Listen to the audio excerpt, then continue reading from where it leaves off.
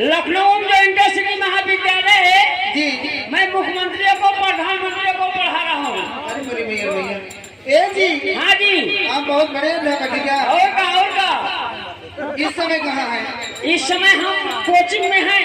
Coaching में? हाँ आइए हमारे पास। दरवाजा खोलो। खुला है आओ।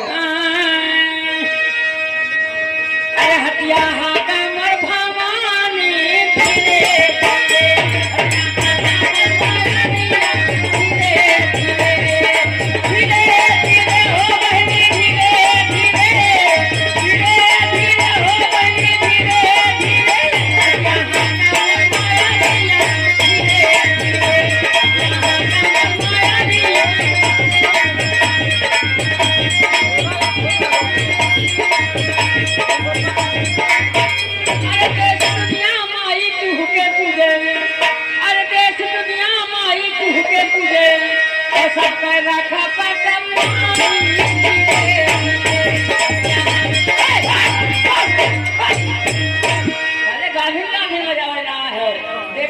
परिवार मंत्री खड़ा है। हेलो नमस्ते जी। ये नहीं चलता हमारे यहाँ। तो क्या चलता है? कहते हे राजा टाटा। मैं बोलूं? हाँ फंसा है ठाकुरा। ठीक है बोलती हूँ आपसे। बोलो बोलो। हे राजा टाटा। बहुत बार केस आदम कहो आदम। हे राजा टाटा। हे राजा टाटा। हे रानी भाटा। आराम से बदतमीज कहेंगे।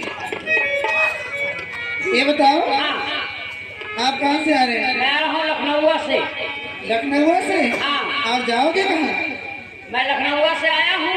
और जाओगे कहाँ? फकनौआ जाऊंगा। फकनौआ ये कहाँ है? मेहरुआ बाजार जानती हो? मेहरवा? मेहरुआ बाजार नहीं जानती नहीं हूँ, सुनी हूँ। सुनी हो? हाँ। महरुआ बाजार सुनी हो ना? जी। उसी बगल में मेहरुआ बाजार है। अच्छा ये बताइए भलाई किस लिए हो? मैं? हाँ ये जी हाँ जी कुछ लेकर आए हो? बहुत कुछ कोचिंग छोड़ के आया हूँ। होती? ये कौन है? ये? हाँ ये बच्ची कहा। हेलो इधर आओ। आओ सलमान फर्जी हो यहाँ का बोला होगा। ये बच्ची यहाँ पहले से आप रोहित मिल रहे। क्या नाम है बहनी? क्या करोगे? सीएम फोड़ेंगे। कहा फिर क्या करे बच्ची घराओ? शादी हुई है? शादी हुई है? अभी नहीं। बच्चे कितने हैं? बहुत बार के वक्त में क्या हुआ? शादी में तो बच्चे कैसे होंगे? वो दादा बिना शादी करके ना होते। बिना मुर्गी भागा भागा बिना ब्याह के लड़ी बनाओ। ये बताओ चाहती क्या हो? मैं? हाँ आप कुछ लेकर आओ तो सुनाइए। बहुत कुछ लाया हो जरा बच्ची। पढ़ी लिखी हो कि नहीं?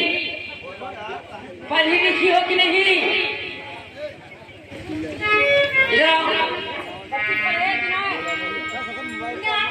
चला तो मैं पढ़ूँ 1 2 3 4 5 6 7 8 9 10। इसको पढ़ाओ। इसको क्या नंबर बोल? नंबर 1। अरे दवाई गवा है वहां। अरे दवाई गवा है वहां। वो खोल के लाओ दिखाओ जाने। अब तो मेरा से और मेरा घर रखो और कसिया पर पहचान।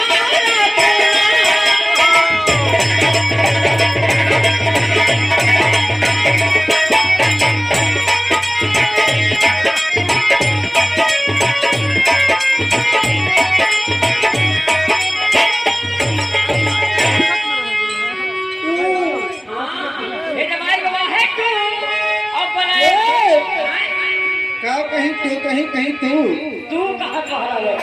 ये भाई गवा है तू और बनाए तो बोला तू। अच्छा और घर घर का उड़ाला तू। कब है? बहुत मारे जाओगे। कब है? ये क्या है? ये भाई गवा है तू और बनाए तो बोला तू।